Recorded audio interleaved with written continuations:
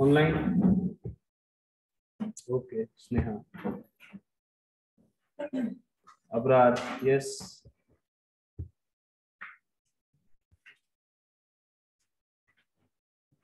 ठीक है, I am good, thank you so much.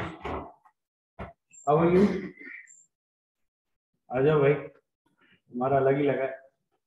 चलो, अच्छा जी, कल हमने चैप्टर नंबर 1 को डिस्कस किया और चैप्टर नंबर 1 में हमने क्या क्या पढ़ा।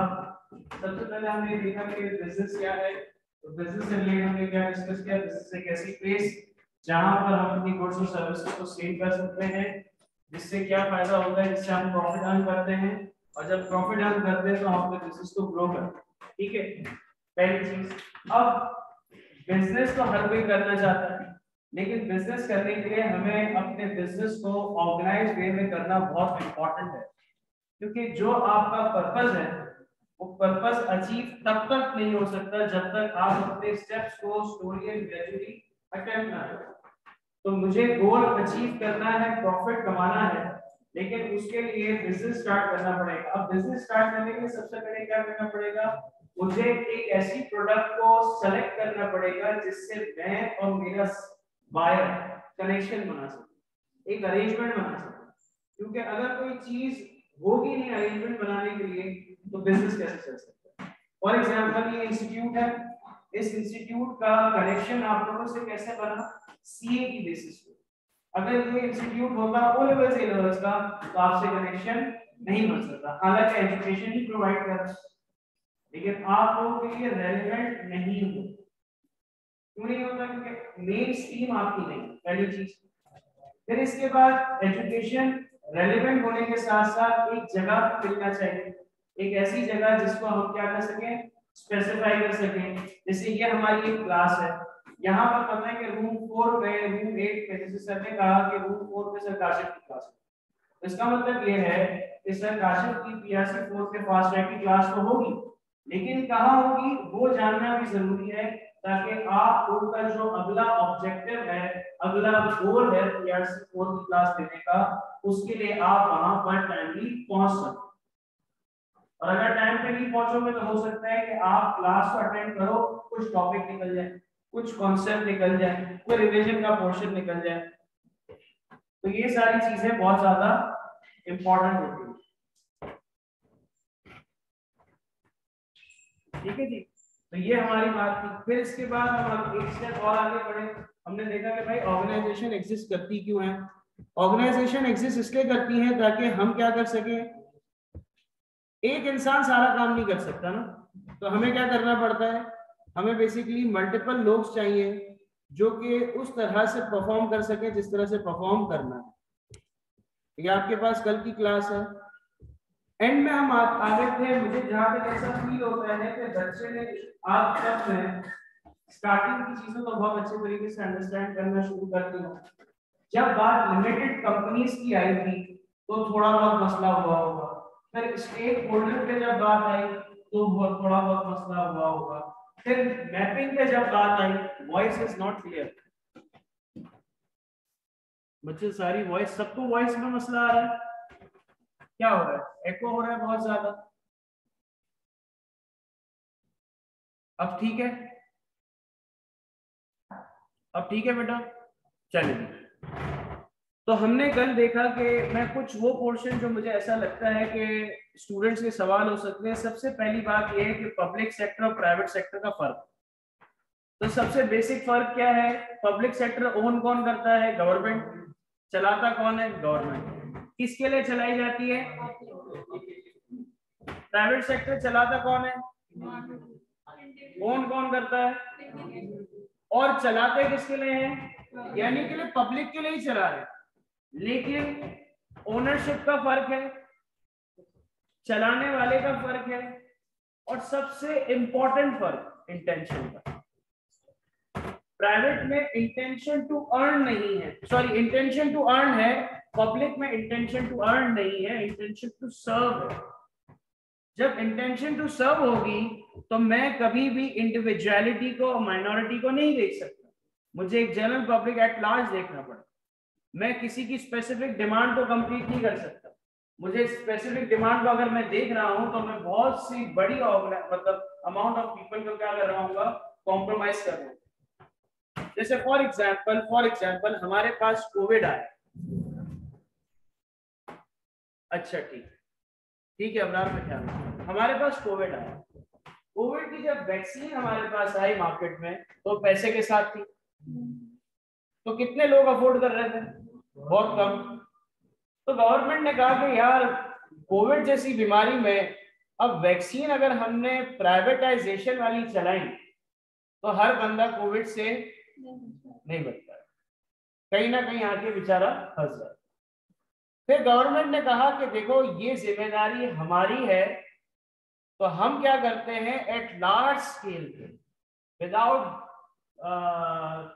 मेकिंग और हैविंग एनी डिस्टिंग्विश कि यार गरीब आ रहा है, अमीर आ रहा है, अफोर्ड कर सकता है, नहीं कर सकता, जिसने नहीं लगाई वो लगा ले, पहला डोज और दूसरा डोज अपने टाइम पे लगा ले।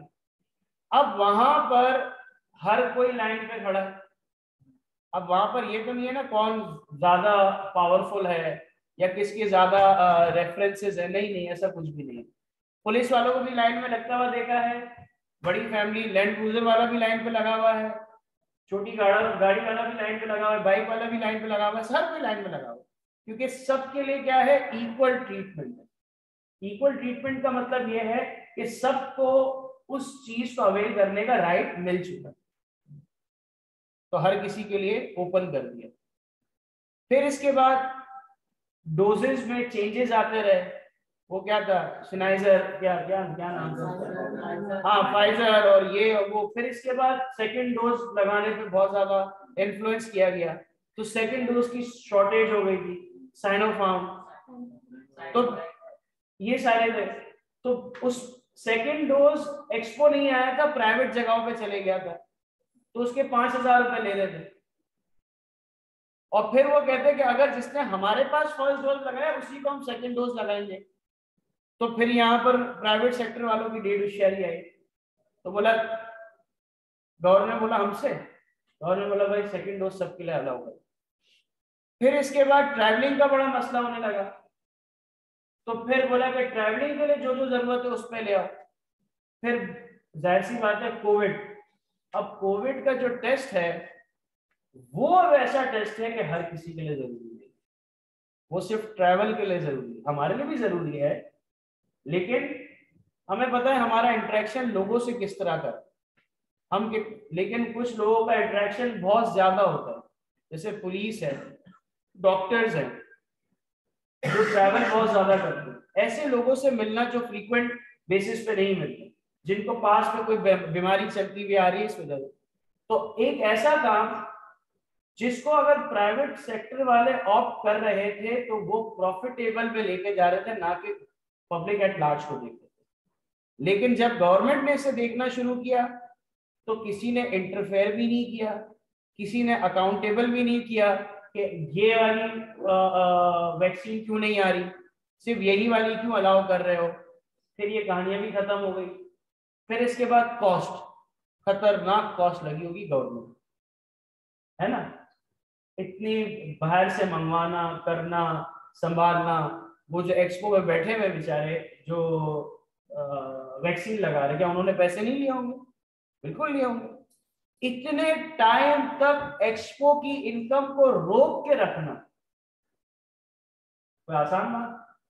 एक्सपो पे अभी देखा नहीं, बुक फेयर हुआ, इतना बड़ा इवेंट हुआ। एक्सपो तकरीबन कोई एक इवेंट पे दिन के कोई ले लेता है 90,000, 85,000, 85,000 रुपीज डे का। तो पहले तो वो एक्सप्रेस सेंटर क्या बना, वो कौन सा सेंटर कहते हैं उसको, रिहैबिलिटेशन बना, कि भाई जो कोविड के पेशेंट थे उनको वहां पर रखा जाता था, आइसोलेट किया जाता था। फिर उसी को हमने बनाया वैक्सीनेशन सेंटर। फिर वो आहिस्ते आहिस्ते आहिस्ते करके अब वो अपने नॉर्मल कमर्शियल एंगल पे आ रहे। तो इस तरह के बहुत से ऐसी जगहें थी जो कि जिनका कमर्शियल एस्पेक्ट रोक दिया गया था। तो ये बहुत ज्यादा मैटर करता है गवर्नमेंट लेवल पे कि उसको कहाँ अपना रोल प्ले करना, किस तरह से काम करना। जैसे पहला लॉकडाउन लगा तो प्राइवेट फंड करते करते डोनेशन प्राइवेट जो अपनी कर सकता था कर रहे। फिर गवर्नमेंट ने देखा कि सबका प्राइवेट कैपेबिलिटी खत्म हो गई, फिर गवर्नमेंट ने कहा कि भाई हम आपको सब्सिडाइज चीजें देंगे, फ्री ऑफ कॉस्ट चीजें देंगे। इसी तरीके से एजुकेशन पे होने लगा। पहले स्किल का सीखना बहुत महंगा था, डिजिटल मार्केटिंग सीखना, फ्रीलांस सीखना, फला। फिर गवर्नमेंट ने क्या कहा, एहसास ग्रुप ले आए, कामयाब नौजवान ग्रुप ले आए, जिससे क्या हुआ, free of cost data sciences सीख रहे हो, फ्री ऑफ कॉस्ट फ्रीलांसिंग सीख रहे हो, free of cost digital marketing सीख रहे हो। स्किल सीखो और अपने आप को एज सुन एज पॉसिबल काम में ले आओ। तो एजुकेशन प्रोवाइड की। तो डिपेंड करता है कि गवर्नमेंट की जरूरत आ कहाँ रही है, और जहां पर आ रही है वहां पर गवर्नमेंट का एडवांटेज क्या है, कोई पूछने वाला नहीं। अब मैं गवर्नमेंट को ये नहीं कह सकता, जैसे पीटीवी ने ऑनलाइन स्टडी के लिए पूरा चैनल पीटीवी एजुकेशन निकाल दिया, और वहां पर अब भी क्लासेस चल रही है, और वहां पर जब स्टार्ट हुआ तो लोगों को बोला गया कि भाई हम आपको अच्छा पैकेज देंगे, अब आप आओ अपनी क्रिएटिविटी लेके। अगर आप ऑनलाइन में क्रिएटिव हो और आपको लगता है आप बच्चों को अच्छे तरीके से मैथ्स पढ़ा सकते हो, साइंस पढ़ा सकते हो, बायो पढ़ा सकते हो, आप यहाँ पर आओ। लेकिन उस टाइम हमारे लोग क्रिएटिव नहीं थे, लोगों को अंडरस्टैंडिंग नहीं थी, प्रेजेंटेशन कैसे बनाते हैं, लोगों को रिलेक्टेंट थी, रिजर्वेशन थी कि यार मेरा कंटेंट चोरी ना हो जाए। लोग नहीं है ऐसा। तो कुछ ऐसे इंसिडेंट होते हैं जिसपे अभी भी हमारे यहाँ कुछ ऐसे इंसिडेंट हुए हैं जिसमें हमें पता चल गया कि भाई पब्लिक सेक्टर पे कहाँ पर नौबत आई है और प्राइवेट सेक्टर वालों ने कितना काम किया। फिर एक और चीज है स्टेक होल्डर। स्टेक होल्डर वो लोग होते हैं कि मेरा एक डिसीजन उनको कितना इम्पैक्ट कर रहा है। तो हमने 3 कैटेगरी के स्टेक होल्डर पढ़े, इंटरनल, कनेक्टेड, एक्सटर्नल।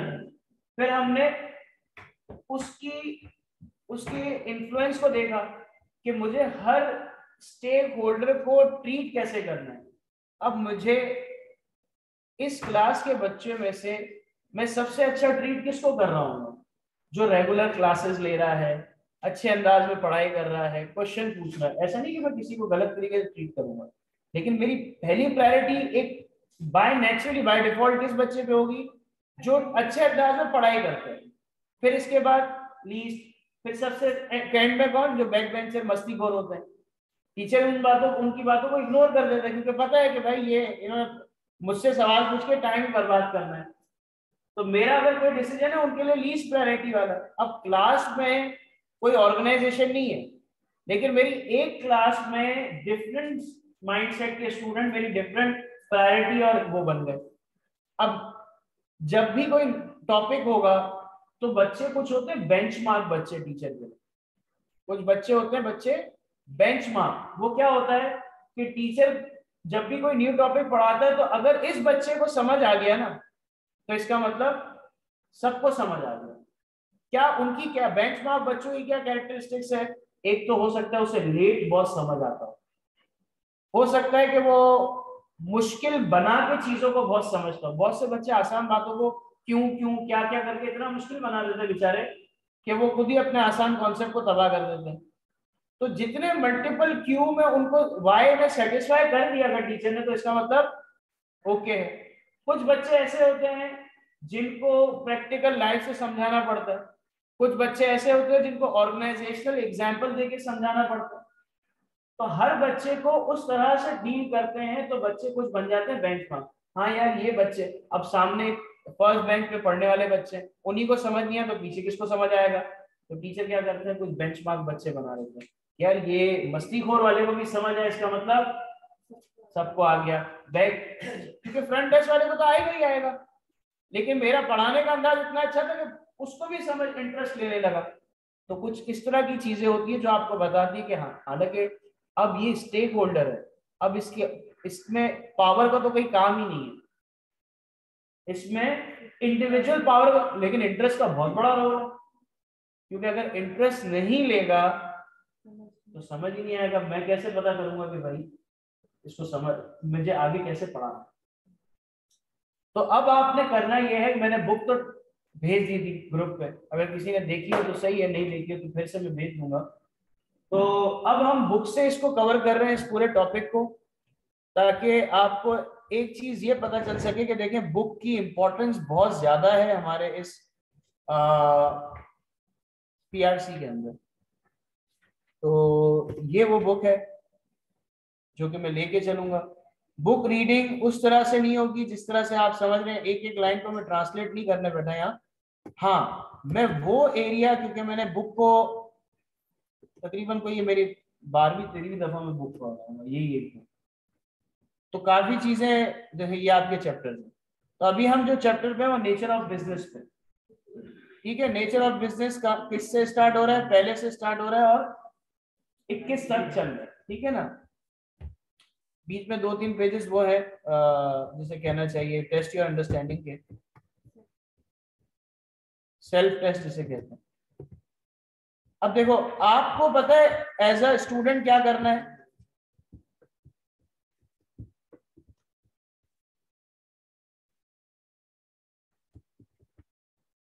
ये देखो ये है आपको असेस करना एज अ स्टूडेंट। आप अगर देखना चाहते हो कि हमारा क्या हो गया काम, क्या रहता है। एक मिनट बेटा स्क्रीन भी चेंज कर रहा हूँ बेटा।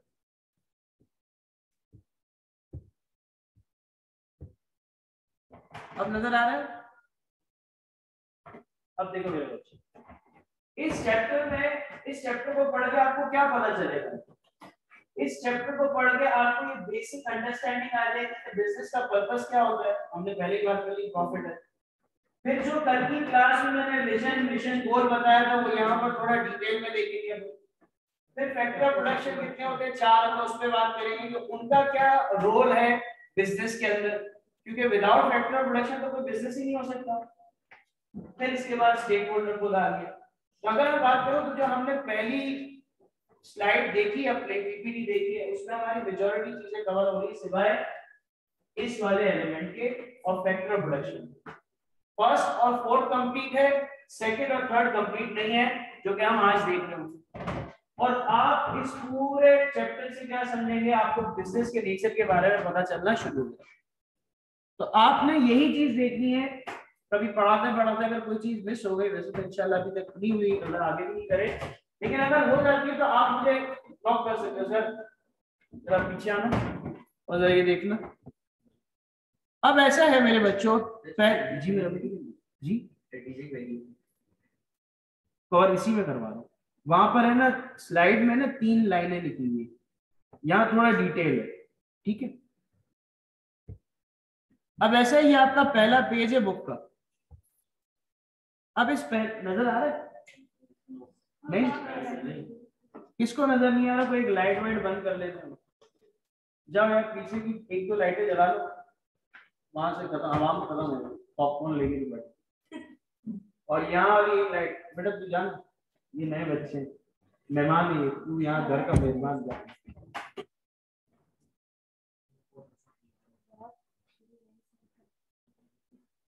मेरे लिए तो मेहमान हो ना, तो मैं इज्जत दे रहा हूँ, मेहमान बोल रहा हूँ, राज ही नहीं है। नहीं वापस ले लो। अब सही है दोस्त? देखिए पहले पेज, बुक का पहला पेज खोला। अब जल्दी जल्दी हम पढ़ते हैं, इंपॉर्टेंट बातें हाईलाइट की हुई है। Business is an organisation. क्यों है? प्रॉफिट कमाना है। प्रॉफिट कैसे कमाएंगे? गुड्स और सर्विसेज जो कस्टमर की डिजायर्ड है, कस्टमर की वांट्स है, कस्टमर की विश है, उसके अकॉर्डिंग अगर हम, और नीड है, उसके अकॉर्डिंग अगर हम गुड्स और सर्विस बेचेंगे तो प्रॉफिट कमा सकेंगे। यहां तक बात क्लियर? गुड्स टेंजिबल आइटम, इसमें हमारे पास क्या क्या आ जाता है? पहली बात टेंजिबल किसे कहते हैं? जैसे इसकी फिजिकल एक्जिस्टेंस हो, फर्नीचर जिसको टच किया जा सकता हो, फिजिकल एक्जिस्टेंस। इंटेंजिबल में क्या है? आपके पास वो चीजें जिसकी फिजिकल एक्जिस्टेंस नहीं है। अब बात सारी ये है कि हेयर स्टाइलिस्ट कहा गया। हेयर स्टाइलिस्ट जो है वो बंदा है, उससे निकलने वाली जो चीज है वो सर्विस है। तो बंदा तो एज इन क्या है, वो टेंजिबल है, लेकिन उससे क्या है, जैसे मिसाल के तौर पर सॉफ्टवेयर है, सॉफ्टवेयर बनाने वाला डेवलपर है, लेकिन वो डेवलपर जो चीज बना रहा है वो इंटेंजिबल है, सर्विस है। तो हम बेसिकली जब इंटेंजिबल की बात करते हैं, फिर तो कोई भी इंटेंजिबल नहीं हो सकता। अगर आप कहो कि उसकी सोर्स ही टेंजिबल है, तो हर इंटेंजिबल की भी सोर्स, जैसे मैं टीचर हूँ, मैं टीचिंग करता हूँ, तो टीचिंग मेरी इंटेंजिबल सर्विस है, मतलब इंटेंजिबल चीज है। तो मैं ये थोड़ी कह सकता हूँ कि मैं टीचिंग टेंजिबल होने लगी, नहीं। मैं बेसिकली उस प्रोडक्ट की बात कर रहा होता हूँ जो मैन्युफैक्चर हो रही होती है, क्रिएट और जनरेट जो हो रही है, ठीक है जी। तो मैं जो चीज जनरेट कर रहा हूँ वो सर्विस नेचर है, जो टीचिंग है, तो इसलिए मैंने कहा इंटेलिजिबल। ठीक है, बिजनेस सर्विस और प्रोडक्ट को सेल क्यों करता है और कहाँ कर सकता है? आपके सामने बात है, हॉस्पिटल के अंदाज में, रिटेलर, गवर्नमेंट भी चीजें सेल करती है भाई। ये जो गवर्नमेंट CNIC बना रही है, आपका पासपोर्ट बनाती है, आपका ये तमाम FIR वगैरह सारी चीजों में पैसे लगते हैं ना। तो क्यों लेते हैं पैसे? क्योंकि भाई इनको भी तो सोर्स ऑफ अर्निंग चाहिए ना भाई। ऐसा थोड़ी कि ये अगर किसी ऐसे इदारे में चले गए लोग जो कि पब्लिक सेक्टर है तो वहां के लोग भूखे मरेंगे, नहीं, वहां के लोगों को भी काम करना है, पैसे चाहिए। तो ये सारी चीजें देखिए। बिजनेस क्रिएट क्यों करते हैं? लिविंग स्टैंडर्ड को ऊपर करने के लिए। लिविंग स्टैंडर्ड ऊपर कैसे होगा? जॉब अपॉर्चुनिटी क्रिएट करेंगे, परचेज पावर बढ़ेगी। जॉब अपॉर्चुनिटी क्रिएट करने से पहले जब हम बिजनेस खोलेंगे तो प्रोडक्ट्स नहीं आएंगे, स्टार्टअप्स नए बनेंगे, नए आइडियाज आएंगे, लोगों का टेस्ट चेंज होगा। आजकल देखो ना, हमारे यहाँ फूड में लोगों का टेस्ट कितना चेंज हो चुका है, कुछ भी खा लेते साले। पहले कितना लिमिटेड टेस्ट हुआ करता था हमारा, अब हमारा टेस्ट कितना है? अनलिमिटेड। पराठे और न्यूटेला को मिला के खा रहे हैं, कोई खुदा का खौफ ही नहीं है, खाए जा रहे हैं फिर भी। ओके, बस कर जाए यार। चाय के साथ पराठा खाया जाता है, न्यूटेला के साथ कौन खा रहा है भाई? आइसक्रीम और चिप्स। हाँ, अब ये कौन है? 12 प्लस करो टाइट। तो कहने का कुछ, हाँ भूख लग रही है ना, बाद में घर जाके खाना। ऐसा है कि स्टैंडर्ड ऑफ लिविंग रेस कैसे होगी? जब बिजनेस ज्यादा से ज्यादा होगा। अच्छा, कभी कभार स्टैंडर्ड ऑफ लिविंग रेस तब भी नहीं होता जब काम जरूरत से ज्यादा। जैसे चाइना है, उसका स्टैंडर्ड ऑफ लिविंग खुद से नहीं बढ़ाया लोगों ने, क्योंकि वहां की गवर्नमेंट का एम ज्यादा काम करके लोगों को शशके प्रोवाइड करना नहीं था, इकोनॉमी को बनाना था। जैसे उन लोगों ने कहा, चाइना ने कहा कि आप हमारे पास 12 घंटे काम करोगे। चाइना की गवर्नमेंट ने क्या कहा कि आप हमारे पास 12 घंटे काम करोगे, जिसमें से 8 घंटे की तनख्वाह आप हमसे लोगे, 4 घंटे आप मुल्क के लिए काम करोगे। तो पहली बार लेबर चीप हो गई। तो दूसरे ममालिक को कहा कि भाई आपको लोग चाहिए, मेरे पास है। उसको क्या बताना कि भाई कितने सस्ते में काम करते हैं। इनसे काम कराए 12 घंटा, 4 घंटे 8 घंटे के पैसे देने, तो 4 घंटे के पैसे लिए वो लगा दिए वहां पर, इकोनॉमिक्स में लगा दिए, इंफ्रास्ट्रक्चर में लगा दिए, कुछ पैसे सेव किए। फिर सारे बंदे काम करने लग गए, तो कुछ बंदों को रोका, भाई रुको, क्या कर रहे, सब गधे बन जाओगे? नहीं, अब देखो ये किस पे काम कर रहे हैं, वो बनाना शुरू करो। लोगों ने वो बनाना शुरू किया। फिर बिजनेस आया, उसको बोला कि भाई तेरे पास मशीन है जिसपे काम करते हैं? बोला नहीं, सोच रहा हूँ ले लूं, बताओ कहाँ से लूं? बोला लेने की क्या जरूरत है, मेरे पास है ना, रेंटल दे दो मुझे। डिपेंडेंसी बढ़ाते गए बढ़ाते गए बढ़ाते गए, अब पूरी दुनिया कहाँ शिफ्ट हो गई? चाइना। पाकिस्तान में गैस का मसला, टेक्सटाइल दबा हो रही थी, किसी ने साथ नहीं दिया, बांग्लादेश ने बोला यहाँ जो टैक्स ही नहीं देना एक साल तक। क्यों ऐसा ऐसा दिलेर क्यों हो गया भाई बांग्लादेश? क्योंकि भाई हम जब वहां जाएंगे तो इन्वेस्टमेंट लेके जाएंगे, मैं जब बिजनेस स्टार्ट करूंगा तो वहां का लोकल बंदा काम करेगा, तो मैं टैक्स अगर बिजनेस से नहीं लूंगा तो अपने लोगों से ले लूंगा, है ना, और ज्यादा लूंगा ना। पहली बार बिजनेस को एहसान भी दे दिया, 1 साल तक टैक्स नहीं, फिर इसके बाद टैक्स लूंगा, ऐसा नहीं है मैं नहीं ले रहा, लेकिन पहले साल का टैक्स से माफ करके मैंने क्या किया, और लोगों को अट्रैक्ट किया, बड़ी बड़ी इन्वेस्टमेंट आ गई। इस तरह से पूरा निजाम चलता है, लेकिन हमारे यहाँ उल्टा है। तो हम इस तरह की चीजें, ये बुक हमारे लिए नहीं है, ये बुक हमारे लिए नहीं है, क्योंकि बहुत सी चीजें हम कॉन्ट्राडिक्ट कर रहे हैं। ये वर्ल्ड वाइड देख के चीजें लिखी जाती है, तो हमें कभी भी कोई बच्चा ये ना कहे कि सर हमारे यहाँ तो ऐसा नहीं होता, तो जरूरी नहीं हमारे यहाँ बहुत कुछ ऐसा, लेकिन हमारे यहाँ बहुत कुछ ऐसा होता होगा जो बाहर नहीं होता। मिसाल के तौर पर सोल ट्रेडर बिजनेस खोलने की पूरी दुनिया में पाबंदी है, यहाँ कुछ भी नहीं, या जिसका दिल करता है बिजनेस खोल लेता है और चलता है। तो ये कुछ चीजें हैं जो किसी जगह के लिए बेनिफिट है, तो किसी जगह के लिए हमारे पास एडवर्स चीज। तो चीजों को देखना पड़ता है। ठीक है जी, आगे बढ़ते हैं। अब जाहिर सी बात है, जब आप चीज लेंगे यहाँ पर, क्या हो गया,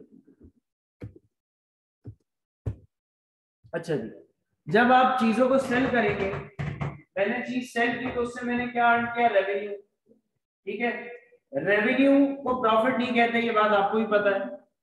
तो बाकी सारी चीजें वही हैं जो आप टीआरसी कोड से थोड़ी कनेक्टेड होगी। रेवेन्यू में से कॉस्ट के एलिमेंट को निकाला, प्रॉफिट बच गया। अब बहुत से बच्चे यहाँ कहेंगे सर ये तो प्रॉफिट, वो प्रॉफिट नहीं है, ये तो ग्रॉस प्रॉफिट है क्योंकि कॉस्ट का एलिमेंट निकला है। ठीक है भाई, उसके लिए एक सब्जेक्ट भी तो दिया है ना टीआरसी को, वहां जाके डिटेल पढ़ना। हमें तो जिंदा रहने दो, हम इसको प्रॉफिट बोल के काम चला रहे हैं, इतना डिटेल नहीं जा रहे हम यहाँ पे, क्योंकि ये बिजनेस को समझने की बुक है, अकाउंटिंग को समझने की बुक नहीं है।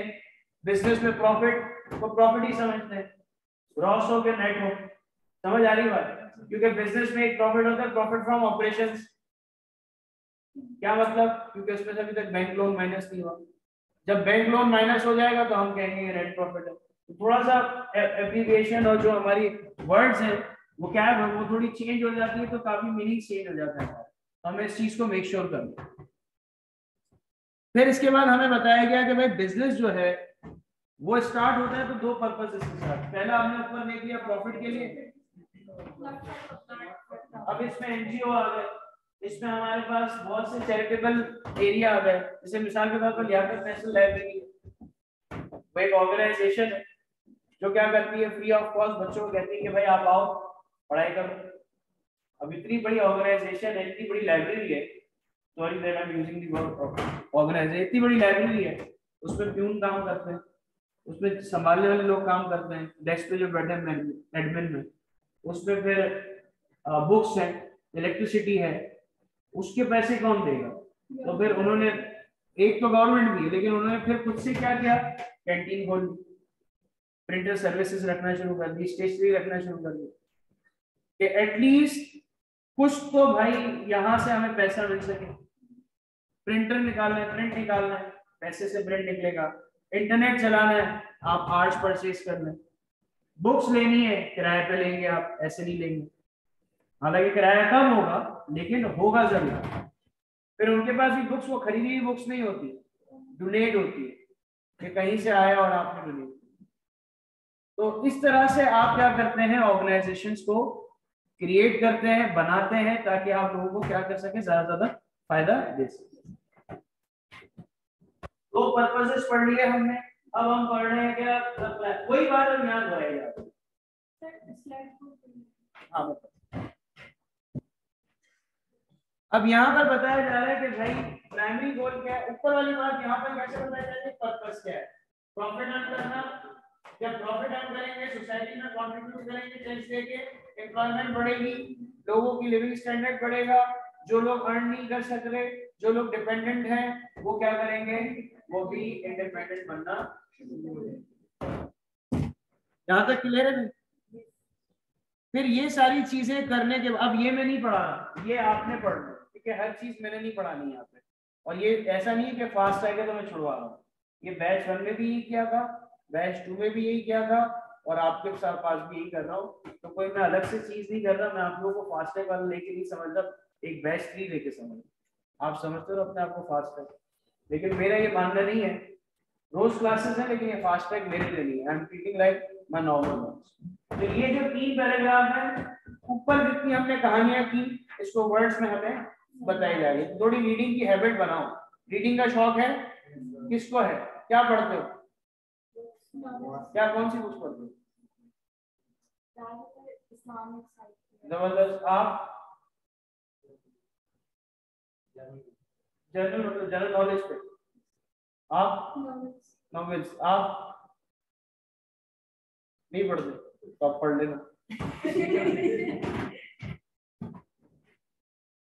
कुछ गलत तो नहीं पूछ लिया था? ऐसे गुस्से से क्यों देख रहा है भाई? मारेगा क्या?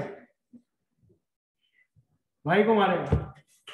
अच्छा जी, अब ये कुछ वर्ड है जो हम यहाँ सीखेंगे। Vision, future outlook. सबका विजन क्या है? सक्सेसफुल बनना ना। विजन में बात करते हैं फ्यूचर की, क्या बनना है, क्या बनेंगे, कैसे बनेंगे मिशन एक्शन। अब चलो हमने कामयाब बने, कैसे बनना है सीए बन के। सीए कैसे बनेंगे, पढ़ाई करके। पढ़ाई कहाँ से करनी है भाई, एआरडीटी से करना है, पीआरसी पढ़ना है। ठीक है भाई, क्या हो पढ़ने की बात क्या आप जाएंगे यार। ठीक है, तो कहने का मकसद है कि हमारा गोल है, उस गोल को अचीव करने के लिए हम क्या कर रहे हैं, छोटे छोटे ऑब्जेक्टिव बना रहे हैं और खुद को टास्क दे रहे हैं, स्पेसिफाई कर रहे हैं कि भाई हमें पीआरसी को खत्म करना है फला टाइम पर। हमने कहा 3 महीने के अंदर हम पूरे सिलेबस को पढ़ेंगे, पीआरसी के हर सब्जेक्ट को पढ़ेंगे, कोर्स कंप्लीट। जैसे मिसाल के तौर मार्च बैच, सितंबर बैच, जून बैच, ये सब बैच जो होते हैं, यानी मार्च में पेपर होगा तो कोर्स कब तक खत्म कराना है, जनवरी तक, ताकि 1 महीना बच्चों को सेल्फ स्टडी मिल जाए। फिर उसमें फास्ट ट्रैक वाले बच्चे आते हैं जो कि लेट ज्वाइन करते हैं। जो लेट ज्वाइन करते हैं फिर जाहिर सी बात है उनकी फिनिश लाइन भी लेट होगी क्योंकि उन्होंने लेट स्टार्ट किया था। तो ये सारी फिनिश, आपने भी क्या कहा, आपने भी अपने पास टारगेट दिया कि यार मैंने आज 6 सवाल क्यूएम के करने, मैंने 3 सवाल अकाउंटिंग के करने, मैंने 4 पेज आईटीबी के पढ़ने, मैंने एक पूरे डिमांड का एरिया रिवाइज करना है इकोनॉमिक्स के अंदर, मैंने इंग्लिश को प्रैक्टिस करना। डेली के आपके ऑब्जेक्टिव है, जब आप डेली के ऑब्जेक्टिव मीट करते जाओगे, इसको बहुत से बच्चे कहते हैं डेली गोल्स कह लो, मसला नहीं है। तभी यहाँ पर ऑर्गेनाइजेशन बहुत ज्यादा चीजें, मतलब ये चैप्टर बहुत ज्यादा चीजों को, वॉइस ठीक कर लो, क्यों क्या हो, हेलो। तो इसी से रिलेट अब हम आगे बढ़ रहे हैं। तो सबसे पहले हमारे पास यहाँ पर पैराग्राफ है, A vision statement has more to do with the future. Really describe what an organization plan or hope to be in future. तो मैंने अगर बात की, किसी ने यकीन नहीं किया, तो बुक भी यही बात कर रही है। फिर इसके बाद A vision statement shouldn't really discuss the present state. बाज लोग कहते हैं कि मैं बनूंगा, तो लोग सामने वाले को डीमोटिवेट करने के लिए कहते हैं कैसे, भाई मैंने ये बनने का सोचा है, लेकिन इसका मतलब ये थोड़ी है कि मुझे पता है कि कैसे बनना है। लोग कहते हैं ना भाई क्या बनना चाहते हो, पेरेंट्स पूछते क्या बनना क्या चाहते हो, तो ये पता होता बन नहीं जाते। सिंपल सा सवाल है ना भाई, लोग पूछते हैं कि क्या बनना चाहते हो, भाई कुछ बनना है, लेकिन क्या बनना है यही तो नहीं पता, ये पता होता तो बन जाते। फिर हम जब ये लोगों को बोलते हैं कि हमें पता है कि क्या बनना है, तो लोग पूछते कैसे बनना है, अबे भाई ये पता हो तो बन नहीं जाता। तो लोग बार बार सवाल करते हैं, पहले बोलते हैं बनना क्या है, जब पता होता है ये बनना है तो लोग बोलते हैं कैसे बनना। फिर जब ये भी पता होता है कैसे बनना है, तो फिर बोलते हैं यार इसमें तो बहुत टाइम लगेगा, तो फिर हम कहते हैं भागो, है ना भाई। फिर जब आप अपनी पे रहते हो ना, नहीं हटते, फिर लोग बोलते हैं यार तूने कैसे किया, जरा तो बता। फिर आप उनको बोलते नहीं यार तूने कुछ अलग किया, अबे भाई यही किया था, यही किया था मैंने भी, जो पहले समझ नहीं आ रही थी बात, मैं कल गुजर चुका, अब तेरे लिए एलियन लग रहा है, तेरे लिए मुश्किल लग रहा है। तो हम समझते हैं कि हर इंसान हार्डवर्क अलग अलग अंदाज में करता है। नहीं भाई, हार्डवर्क एक ही होती है, मेहनत एक ही तरह से की जाती है। मेहनत में ऐसा नहीं है किसी ने कम पेशेंस के साथ मेहनत की है, ना बाबा, मेहनत में पेशेंस भी ज्यादा है, कंसिस्टेंसी भी ज्यादा चाहिए, डेडिकेशन भी चाहिए, फोकस भी चाहिए, डिटर्मिनेशन भी चाहिए, सब चीजें चाहिए, और बढ़ते रहना है।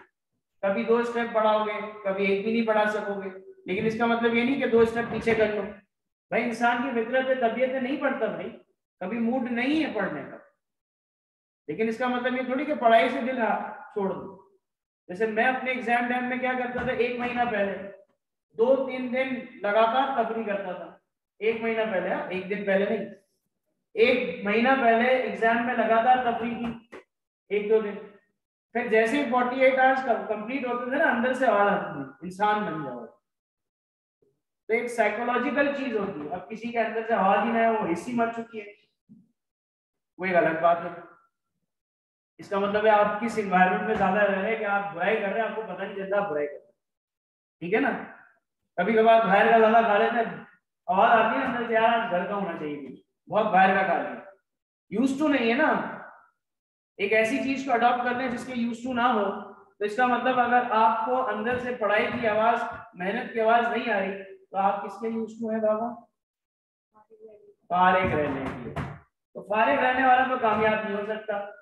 फिर आप एक काम कर सकता है, ब्लेम कर सकता है, टिका के वो करते, कभी पेरेंट्स पे, कभी पैसों पे, कभी टीचर पे, कभी दोस्तों पे, कभी इंस्टीट्यूट पे, फिर आखिर में किस्मत पे करते तो मिलता है। ठीक है, मेरी किस्मत ही खराब है, बंदे को वहीं उल्टा लटका के गोली मार दो। ठीक है 12। तो ये सारी चीजें जो हमने देखा, हमारा विजन है भाई बहुत ज्यादा, हमारा बिजनेस वॉलमार्ट जैसा बन जाए, बहुत बड़ी मोटिवेशन है। और हो सकता है जिस टाइम आप ये सोच रहे हो उस टाइम आपके लिए ये इम्पॉसिबल हो। अबे वॉलमार्ट कैसे बने? जैसे पहली दफा बाइकिया आया, करीम आया, उबर आया, तो किसने सोचा था यार कोई अपने घर की फीमेल को किसी पराये मर्द के साथ ट्रैवल करने देगा? सोचा था किसी ने? कितना क्रिटिसाइज किया था। आज देख लो, आज लोग अपनी गाड़ी से ज्यादा प्रेफर करते हैं उबर और करीम। क्यों? यूज्ड टू बन गया। तो हमारे लोगों के अंदर थोड़ा सा नफ्सियातीपन ऐसा है, जिस चीज का पहले ज्यादा मना करते हैं ना, उसी चीज को फिर चाहिए होता है। और ये बहुत अच्छी बात है कि पहले जितने लोगों ने ज्यादा मना किया है ना, इसका मतलब उससे डबल लोग इस्तेमाल। ये लाइफ में समझना। लेकिन उसके लिए भी ऐसा नहीं कि आप गलतियों पे लोग मना कर रहे हैं, आप बोलो एक दिन तो हाँ बोलेंगे। आप पढ़ाई कर नहीं रहे हो, आप एक दिन तो आई कैप को तरस आएगा, नहीं बेटा चमाट आएगी, और वो खुद अगर घर पे आया तो बहुत मारेगा। तो इसलिए भाई आपको मेहनत भी करनी पड़ती है। आगे बढ़ते हैं। यहाँ तक किसी का कोई सवाल है? समझ आ गया विजन? अब यहाँ पर मुख्तलिफ कंपनीज की एग्जांपल दी गई है, जैसे कि आपको हबीब बैंक की बात की गई है। क्या कहा गया? enabling people to advance with confidence and success। मेरे पास मेरी ऑर्गेनाइजेशन में मेरे जो कस्टमर्स हैं, मैं सबके अंदर कॉन्फिडेंस डालना चाहता हूँ कि भाई आपको टेंशन लेने की जरूरत नहीं, आप फोकस करो अपनी सक्सेस पे। जो इस तरह के डीलिंग वाले काम है ना, वो हम पे छोड़ दो। पढ़ाई करनी है, टेंशन नहीं, हमें ना पैसे देने के लिए, घर चाहिए, हमें ना पैसे देने के लिए। तो आप अपने इन्वायरमेंट में कॉन्फिडेंस क्रिएट करने के लिए जो जो चीजें आपको रिक्वायर्ड है to become a successful person, वो सब हम प्रोवाइड कर रहे हैं। टेंशन नहीं लो। लेकिन कैसे प्रोवाइड कर रहे हैं और कितने टाइम तक के लिए प्रोवाइड कर रहे हैं, और प्रोवाइड करने के लिए आपको क्या क्या चीजें उनको देनी पड़ती है, वो नहीं बताया। ठीक है ना। तो ये फिर आपका स्कोपुलर विजन है। our vision serve as a framework of our roadmap and guide every aspect of our business by describing what we need to accomplish in order to continue। मतलब ये है कि भाई हम क्या बताना चाहते हैं कि हम कहीं भी स्टॉप नहीं है अपने आप को क्या करने से, इनोवेट करने।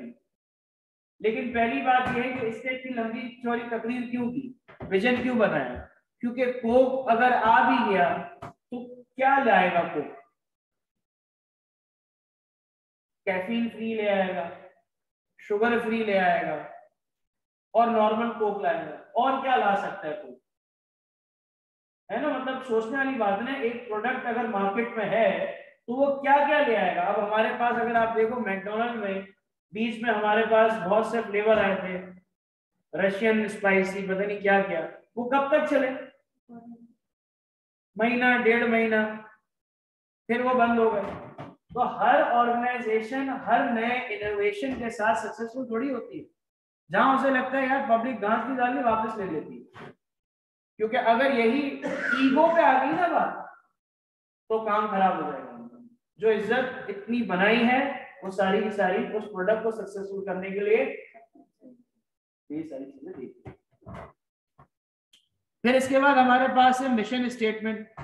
मिशन क्या है? Is the purpose of an organisation and the reason of its existing. आप यहाँ क्यों हैं? There is a purpose behind it ना, टू पास पीआरसी। इसका मतलब क्या है, टू पास CA, ये आपका पर्पज है, इसीलिए आप हर दिन आके क्लास लेते हैं। तो CA पास करने, अच्छा आपका पूरा CA मिशन है, जिसकी वजह से आप इतनी मेहनत कर रहे हैं, जिसकी वजह से आप PRC की क्लास ले रहे हैं, जिसकी वजह से आप फेलियर को एक्सेप्ट करके फिर वापस मेहनत करते हैं, डिसअपॉइंटमेंट को एक्सेप्ट करके फिर मेहनत करते हैं, क्योंकि आपका पर्पस ऑफ लिविंग क्या बना जाता है, CA। ठीक है, इसी तरीके से मिन्सबर्ग ने क्या कहा, A mission describes the organization basic function in a society। वो यहाँ है क्यों, मेरा पर्पस टीचिंग में आने का क्या है, मेरा पर्पस टीचिंग में आने का ये है कि पहले तो मैं खुद अपने आप को इम्प्रूव करने की हैबिट मेरी खत्म हुआ। क्यों, कैसे, कि भाई जितने मैं पहले आप लोगों से नहीं मिला था, तो मेरे पास ये जो आप लोग बैठे हैं, इनके माइंडसेट को पढ़ने की, समझने की अपॉर्चुनिटी नहीं मिली। और अगर मैं किसी ऑर्गेनाइजेशन में होता तो मुझे हो सकता है कि जितने बच्चों से मैं आज इंटरेक्ट करता हूँ, उनके माइंडसेट को अंडरस्टैंड करता हूँ, वो अपॉर्चुनिटी मिलती ही नहीं। तो जितने ज्यादा लोगों से मैं इंटरेक्ट करने की अपॉर्चुनिटी मुझे मिल रही है, मुझे सीखने का मौका मिल रहा है, किस बच्चे को किस बात से बात समझ आती है, किसको हंसी से समझ आ रही है, किसी को थोड़ा डांट से बात समझ आ रही है। I am trying to improve myself every day, अलग अलग अंदाज से। कोई मुझे क्या चीज सिखा के जाता है, कोई मुझे क्या चीज सिखा के जाता है, कोई ईगो सिखा के चले जाता है, कोई हम्बल रहना सिखा के चले जाता है। और दूसरा पर्पस क्या है कि भाई एक जो गैप है वो खत्म हो, कि भाई ओ लेवल्स में मैं क्यों, कि भाई जो स्कूल के बच्चे हैं और जो कॉर्पोरेट में जाते हैं उसके दरमियान में एक गैप है, कि भाई हर दफा बुकिश नॉलेज दे के समझ नहीं आती बात, बाद दफा प्रैक्टिकल लाइफ की एग्जाम्पल दे के भी समझ आती है। अल्हम्दुलिल्लाह फॉर्म में रहे हैं, कॉर्पोरेट में काम किया है, हम अपना बिजनेस चला रहे हैं, तो हमें बहुत सी चीजों का अल्लाह ने आइडिया दिया हुआ है कैसे क्या काम है, तो हम बच्चों को ज्यादा बेहतर अंदाज में समझाते हैं। हमसे बड़े जो टीचर हैं वो हमसे ज्यादा एक्सपीरियंस लिए, उनको बहुत ज्यादा अच्छे तरीके से पता है, तो वो हमसे ज्यादा अच्छे तरीके से पढ़ा, तभी तो सब्जेक्ट में फिर हम क्या करते हैं, फिर उस सब्जेक्ट में जिसमें हम बेस्ट दे सकते हैं वहां हम जा रहे हैं बाकी के। तो ये इसलिए है कि कौन ज्यादा फायदा पहुंचा सकता है, तो जो ज्यादा फायदा पहुंचा सकता है भाई तुम आगे आओ, तुम ज्यादा फायदा, तुम्हारी नॉलेज जितनी है वो ज्यादा फीजिबल है कंपेयर टू माई नॉलेज। यहां तक कोई मसला, आगे बढ़े। अब मिशन में आपके पास क्या है, mission statement should be a clear short statement. What is our business, हमारा बिजनेस क्या है, जी 5 मिनट देंगे ये कंप्लीट करेंगे। हमारा बिजनेस क्या है, हम जो बिजनेस करते हैं उससे हम कस्टमर को क्या वैल्यू ऐड कर रहे हैं, what will our business be. अभी मेरा बिजनेस ये है, आगे मैं क्या बनना चाहता हूं। जैसे मिसाल के तौर पे आपने बहुत से कंटेंट क्रिएटर्स को देखा होगा, जिसमें जुनैद अकरम हमारे one of the favourite content creator हैं। वो पहले क्या करते थे, कॉमेडी, अबे कंटेंट क्रिएशन की बात की कॉमेडी करते थे, फिर उन्होंने कॉमेडी के जॉनर को चेंज किया क्रिटिसिज्म में, तो क्रिटिसाइज करते थे।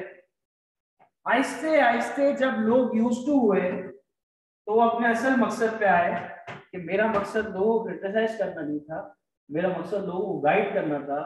लेकिन जब तक मुझे लोग एक्सेप्ट नहीं करते, मैं गाइडेंस देता भी तो पागल कराता। समझ आ रही बात। और ये लिटरली मैंने अपनी लाइफ में अपने साथ ही देखा है। I started my YouTube channel back in Covid.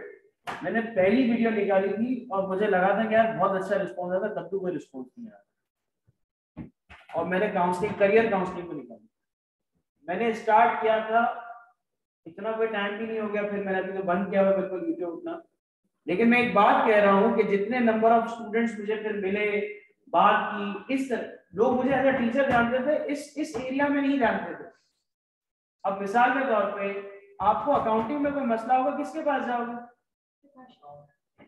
Kashif के पास जाओगे, सर अली अमानुल्लाह के पास जाओगे। आईटी में मसला होगा, मेरे पास आओगे। अगर लेट सपोज सर काशिफ ये कहें कि यार सर अगर ना हो ना तो आप उससे भी पूछ लेंगे, तो अब आप क्या करोगे, सर अवेलेबल नहीं है सर, आप बता दो। यानी लोग पहले जो मुझे जानते थे उन्हें ये नहीं पता था कि मैं ये भी बातें करता हूँ। इस तरह के जॉनर्स में ये बात होती है। जब पता चला तो फिर लोगों ने स्टार्टिंग में ट्रस्ट मशवरे लेना शुरू नहीं कर दिया। पहले बोला चलने दो उसको, कोई सुनता भी है कि नहीं सुनता। फिर आहिस्ते आहिस्ते जब लोगों ने सुना कि हाँ यार इसको तो सुन रहे लोग, तो अब जो मेरा असल मकसद था उस पर आना स्टार्ट। अब मैं कोई भी बात बोलता अल्हम्दुलिल्लाह एक अच्छी ऑडियंस, ज्यादा तो नहीं, जो है वो सुन लेते हैं, लोग ज्यादा तो नहीं है। तो कहने का मकसद ये कि जो आज स्टार्ट किया है जरूरी नहीं वही एंड हो। आज आपने स्टार्ट किया, आज को देख के कल जो आप होगे वो कल में जो आपके पास होगा उसको देख के बनोगे। What should our business be? क्या होना क्या चाहिए हमारा बिजनेस? Product, service. प्रोडक्ट में कौन सी प्रोडक्ट? क्लोथिंग है। मेरा जो सबसे फेवरेट जो प्रोडक्ट है वो एक फूड है और एक क्लोथिंग है। मतलब मुझे बहुत पसंद है क्लोथिंग का और फूड का। फूड भी सेकंड नंबर पे, क्लोथिंग का मुझे बहुत ज्यादा शौक। तो मैं अगर कभी सोचा कोई प्रोडक्ट बेस्ड बिजनेस करने का तो आई वुड लाइक कि यार मैं क्लोथिंग, तो आपका भी होगा। तो डिपेंड करता है ऑर्गेनाइजेशन के ऊपर, लेकिन क्लोथिंग में बहुत बड़ी इन्वेस्टमेंट चाहिए, तो अभी इनिशियली तौर पे मैं नहीं कर सकता। हाँ मैं कुछ ऐसा काम कर लूं जिससे मैं वो इन्वेस्टमेंट इकट्ठी करना शुरू करूं, आगे जाके उसका काम करूं, तो ये भी काम कर सकते हैं। तो ये डिपेंड करता है कि आप किस तरह के फेज से जा रहे हैं। बस आपने क्या रखना है, आपने प्रेजेंट डे को फोकस करते हुए आपने देखना है क्या मेरा प्रेजेंट डे, क्या मेरा आज का मिशन मेरे आने वाले विजन को सेकंड कर रहा है कि नहीं। अगर कर रहा है ओके की रिपोर्ट है, चलो। समझ आ रही है बात? आपकी डेली की, आप जब पूरा दिन गुजारते हो, रात को सोते हो, तो कभी ऐसा हुआ है कि यार अंदर से बोला हो कि यार वाह क्या दिन गुजरा? कितनी दफा हुआ है ऐसा? पूरे एएफसी में कितनी दफा हुआ है? पेपर देने के बाद वाह कितना भयानक पेपर था, है ना? यानी कहने का मकसद है अगर आप रात में सो रहे हो और आपका दिल मुतमईन है कि हाँ यार मैंने आज बेस्ट दिया, तो इसका मतलब ये है कि लोग सक्सेसफुल कहे या ना कहे उन्हें बाद में पता चलेगा, लेकिन आपको पहले पता चल जाता है।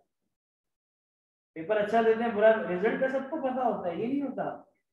सबको पता है पास कौन होगा। फिर हाँ ऐसे बर्थडे सरप्राइज नहीं है, जिसका बर्थडे सरप्राइज होता है उस भोंगे को भी पता है मेरा सरप्राइज लोगों ने अरेंज किया है, फिर किस बात का हो, ये तो पागल नहीं बनाओ। सरप्राइज वाले को पता है कि कहाँ जा रहे हैं, वो ऐसे ही पागल। अच्छा हाँ ठीक है, उसे पता है। वो आज पैदा हुआ उसे नहीं पता होगा, तुम लोग उसका केक लाओगे तो पता चलेगा। ऐसा होता है नहीं ना, उसे पता है ना बात में। बस फर्क क्या है कि आप, हाँ वो एक एलिमेंट से वो कहते हैं कि वो एक्सपेक्ट नहीं कर रहा होता कि उसकी पैदा होने में कोई कुछ भी होगा। ठीक है जी। तो भाई यहाँ पर एक छोटा सा ब्रेक लेते हैं और वापस आते हैं।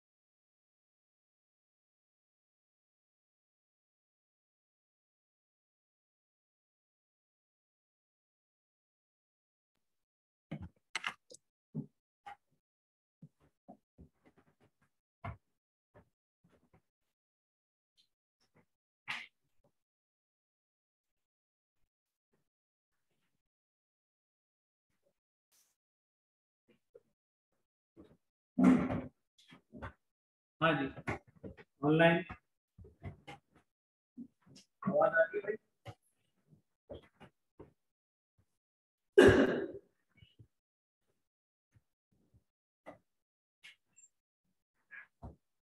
अच्छा जी, अब हम बात करेंगे कि भाई रेलेवेंस क्या है मिशन स्टेटमेंट बनाना। तो रेलेवेंस आपके सामने ये है कि देखिए आपके सामने कोई ऑब्जेक्टिव होता है, कोई ऐसा मिशन होता है, पर्पस होता है लाइफ का, तो आपको पता होता है कि मैं अगर ये अचीव कर लूंगा उसके बाद कुछ मेरे लिए अब बेहतर है, यानी उसे भी अचीव करने के लिए आपको बहुत टाइम लगाना पड़ता है। तो to provide a basis for consistent strategy, यानी कि मेरी लाइफ का एक पर्पस है सीए करना, तो अब मैं उसके लिए स्ट्रेटजी बनाता रहूंगा कि मैंने अपने पीआरसी के पेपर को कब देना है, ग्रुप ए के पेपर को कब देना है, फॉर्म में कब जाना है, किस फॉर्म में जाना है, किस तरह से काम करना है, कॉर्पोरेट सेक्टर जाना है कि नहीं जाना, जब मैं फॉर्म में जाऊंगा तो कौन कौन से पेपर उठाऊंगा, या फॉर्म में जाने से पहले किस तरह के पेपर्स की स्ट्रेटजी बनानी है। फिर इसके साथ साथ डेली पढ़ने की आप स्ट्रेटजी बनाते हैं कि मेरी आज 4 क्लासें हैं तो मैंने इस तरह से अपने आप को प्रिपेयर करके इंस्टीट्यूट जाना है, मेरी 2 क्लासें हैं तो मैंने आज सेल्फ स्टडी का टाइम ज्यादा रखना है। तो ये तमाम की तमाम चीजें आप पर्पस बेस्ड और पर्पस ओरिएंटेड काम करते हैं।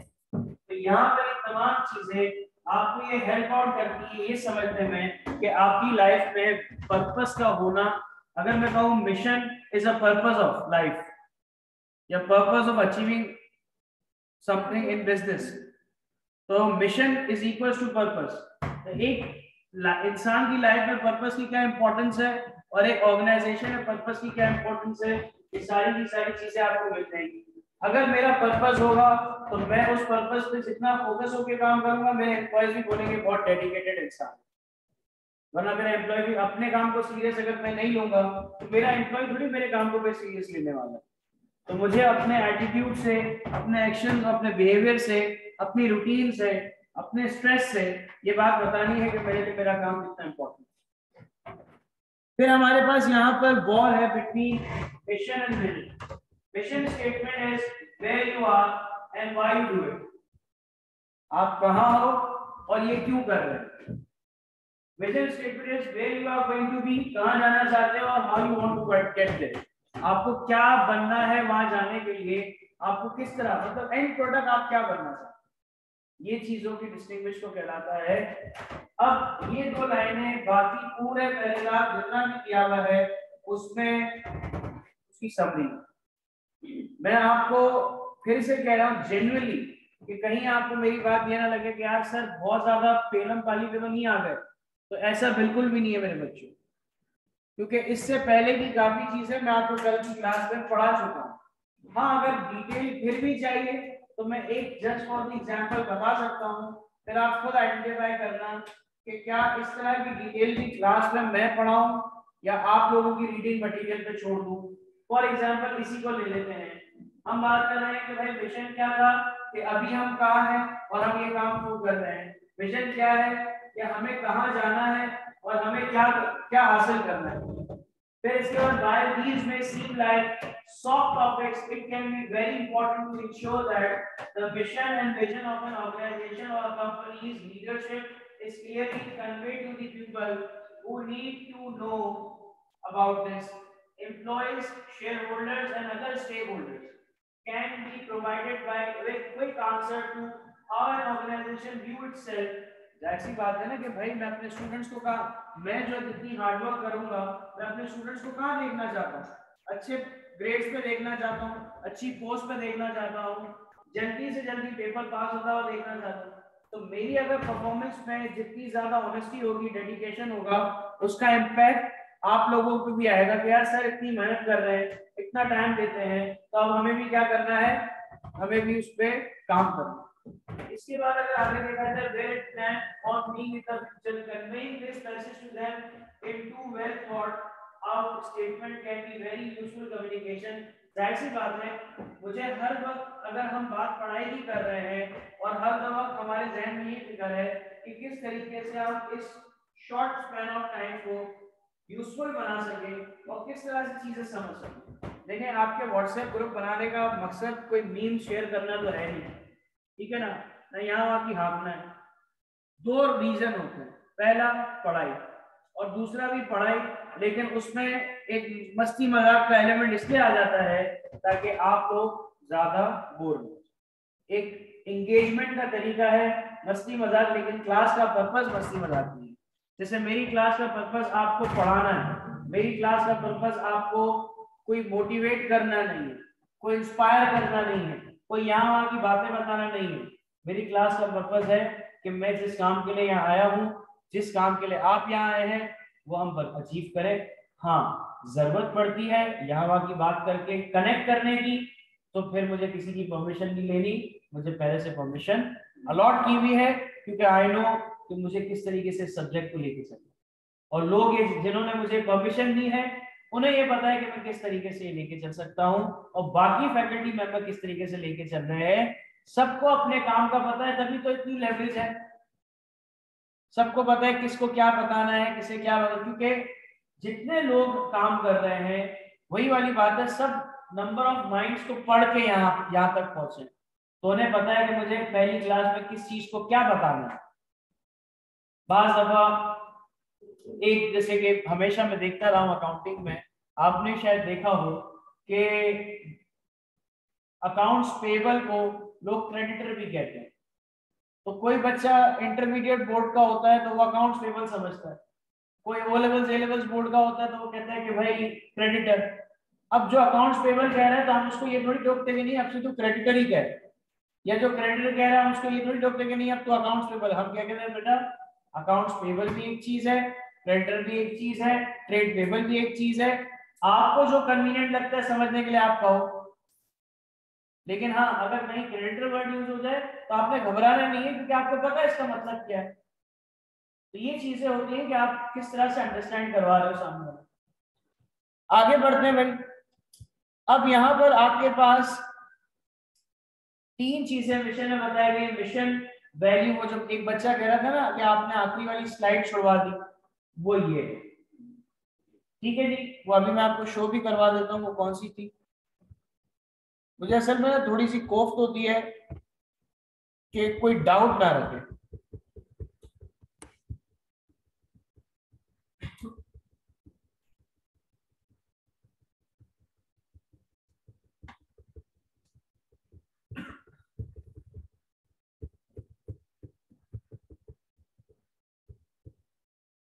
ठीक है भाई, ये वो तीन चीजें हैं। इस तरह से समझना थोड़ा सा मुश्किल हो जाता है। हालांकि पहले मैंने पीआरसी का जो बैच 1 यहाँ पर था उसको ये स्लाइड दिखाई है, 2 को भी दिखाई है, आपको नहीं दिखाई, क्योंकि 1 को दिखाने के बाद मुझे पता चला यार ये स्लाइड से बच्चा ज्यादा कुछ सीख नहीं रहा, और इससे 10 टाइम अच्छा बुक पढ़ के सीख जाता है। तो पहले बैच में मेरा आइडिया था क्या हो सकता है कि सेकंड बैच में मुझे कंफर्म हो गया कि हाँ यार इससे वाकई कोई फायदा नहीं है, क्योंकि इसकी डिटेल ज्यादा बेहतर तरीके से कहाँ लिखी हुई है, बुक से लिखी है। तो मैंने वो चीज अब पहले नहीं पता था, आहिस्ते आहिस्ते, क्योंकि ये चीज एसीसी में भी यूज होती है, यही सेम स्लाइड एसीसी में भी यूज होती है। हाँ, एसीसी में इसके बारे में कुछ लिखा हुआ ही नहीं है, तो मेरी 3 लाइनें भी बहुत काम करती हैं। तो हर जगह का कंटेंट, हर जगह की डिलीवरी स्टाइल और हर जगह पे बैठने वाली ऑडियंस अलग है। आप लोग बुक नहीं पढ़ोगे तो मैं आपको बुक पढ़ने पे एम्फसाइज कर सकता हूँ, क्योंकि आप सीए के स्टूडेंट हो। हाँ, यही बच्चे एसीसी के होते हैं, मैं बोलता नहीं पढ़ो तुम्हारी मर्जी, है ना।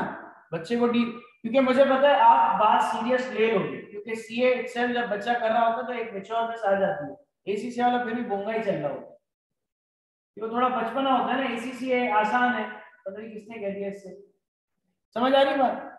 तो कुछ चीजें हैं कि जो आपको ज्यादा बेहतर बुक में समझ आएंगी, और मैं कल भी बात एक कह चुका था, आज भी कहूंगा कि देखिए बेटा, बुक जो है वो आईकैप की, और आईकैप यहीं से पूछेगा, ठीक है। तो आपको इसको मेक श्योर करना है।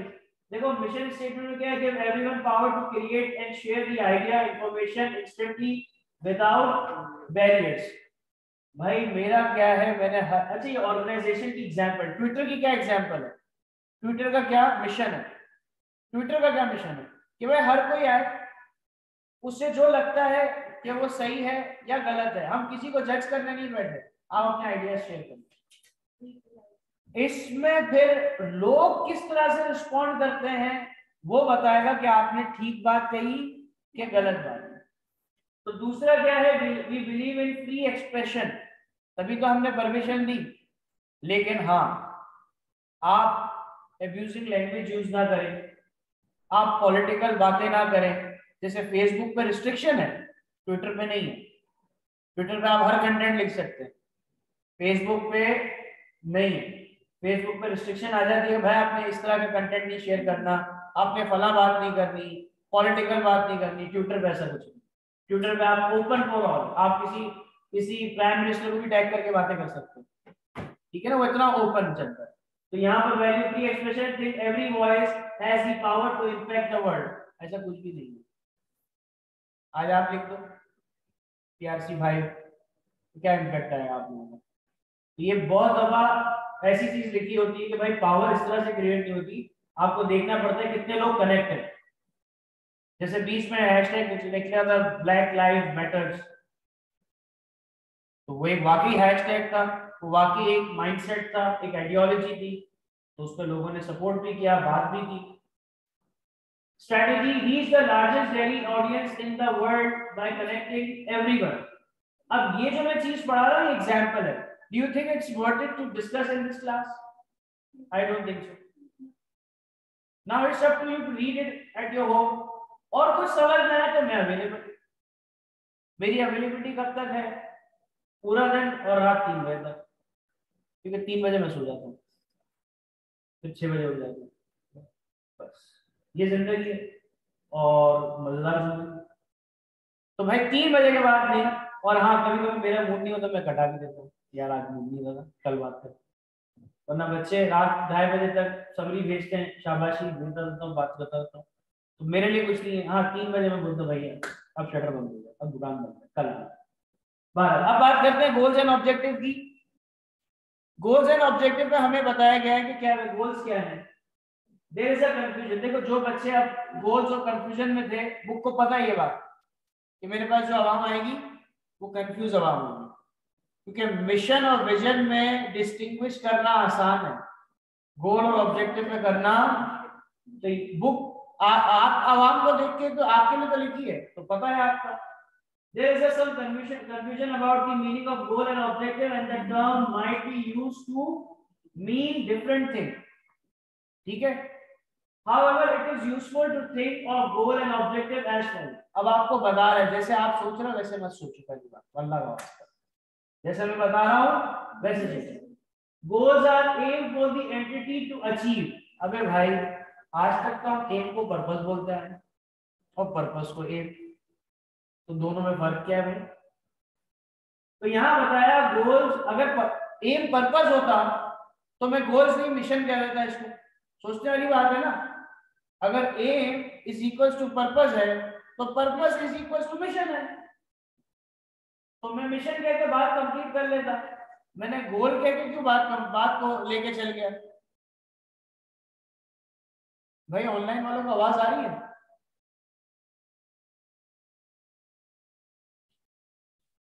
ऑनलाइन वालों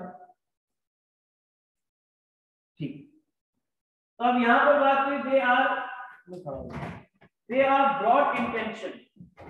For example, an entity might have the goal of maximizing the wealth of its shareholder, or the goal of being the world leading business entity in one or more market, diversified field.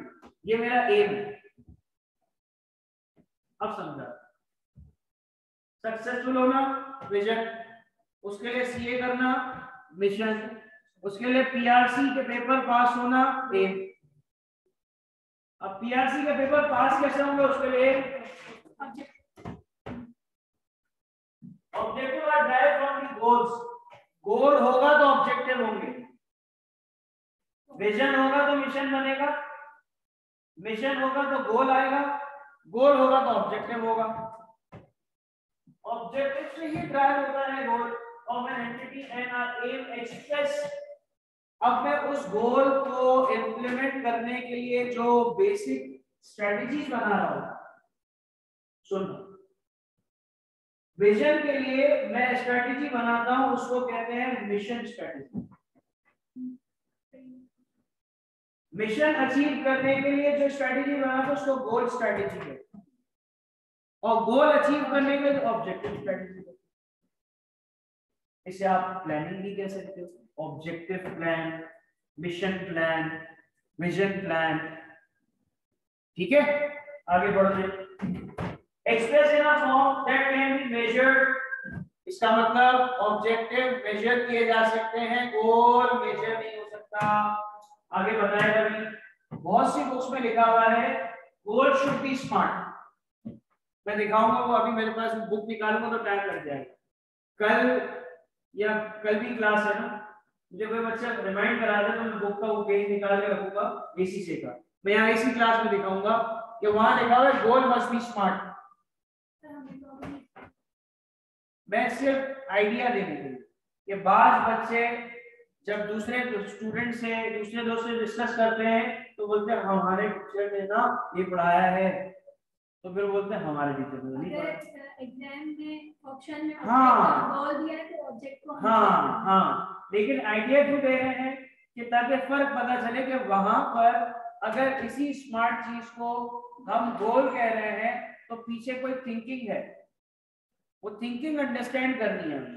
दिखाने का मकसद ये नहीं है कि वो गलत है, सही, दिखाने का मकसद ये है कि चीज आप बेहतर अंदाज में समझें। बात measured and there should be a specific time। हमारा आज का ऑब्जेक्टिव है कि जो हमने चैप्टर नंबर 1 स्लाइड से कवर किया था बुक से कवर कर लें, है ना हमारा ऑब्जेक्टिव।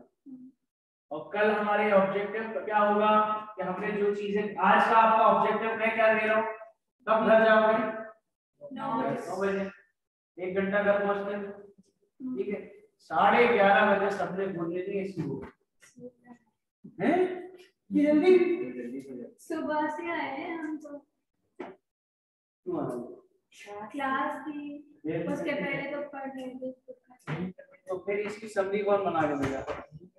नहीं कर सुबह में, सुबह कर लेना, सुबह कर लेना। मैं रात इसलिए करूँ ताज़ा पढ़ा होगा ना, रिवाइज करने में आसानी होगी। हाँ, हिम्मत नहीं होती वो एक अलग बात है, ठीक है ना। Specific time by which the objective should be achieved. Objective should be smart, specific, measurable, agreed, realistic. बोंगियां नहीं मारनी, ऐसा नहीं मैं आज रात में पूरा PLC 5 खत्म कर दूंगा, नहीं बाबा, कल बाबा खाने होगा या टाइम बाउंड, अपने आप को टाइम देना कि यार मैंने ये सवाल ना PRC का ये सवाल मैंने एक MCQs में 60 सेकंड लगाना, टाइम हो सकता है। अब मैं डिले कर रहा हूँ, इसका मतलब देयर इज अ रीजन। हो सकता है मैं सवाल नहीं समझा, हो सकता है सवाल की इंग्लिश मुश्किल है, कोई वोकैबुलरी मुश्किल आ गई, मैंने बुक से नहीं पढ़ा था तो हो सकता है मुझे यहाँ समझ नहीं आ रहा। क्योंकि बच्चे 2 तरह से सवाल सोचते हैं, एक अपने इस डब्बे में पुरानी कोई नॉलेज पड़ी होती है उसे हिलाते हैं और कुछ याद आता लिखते हैं। बाद बच्चे मेहनत कर रहे होते हैं तो वो बुक वगैरह की नॉलेज को रखते हैं और साथ में सवाल सोचते हैं। तो ये सारी चीजें, तो क्या आप आज आपको गोल और ऑब्जेक्टिव का फर्क पता चला कि क्या है? ऑनलाइन अभी भी नहीं पता चला? आप तो भाई सुपर वुमेन है, ठीक है। इतनी तारीफ आज के लिए काफी है, फास्ट ट्रैक है ना, एंड तक लेके जाना है। अच्छा जी, कहाँ से? हाँ। A company might have a goal of maximizing the wealth of its shareholder. Its objective might therefore be to double. Objective है शेयर प्राइस डबल कर दी जाए। अब आपको यहाँ पर बताया, in order to achieve corporate strategy, it is necessary to set strategic objective for key aspect। यानी हमने क्या बनाया, अब उसके लिए हम क्या कर रहे हैं, ऑब्जेक्टिव के लिए to increase annual profit by 125% next 10 years।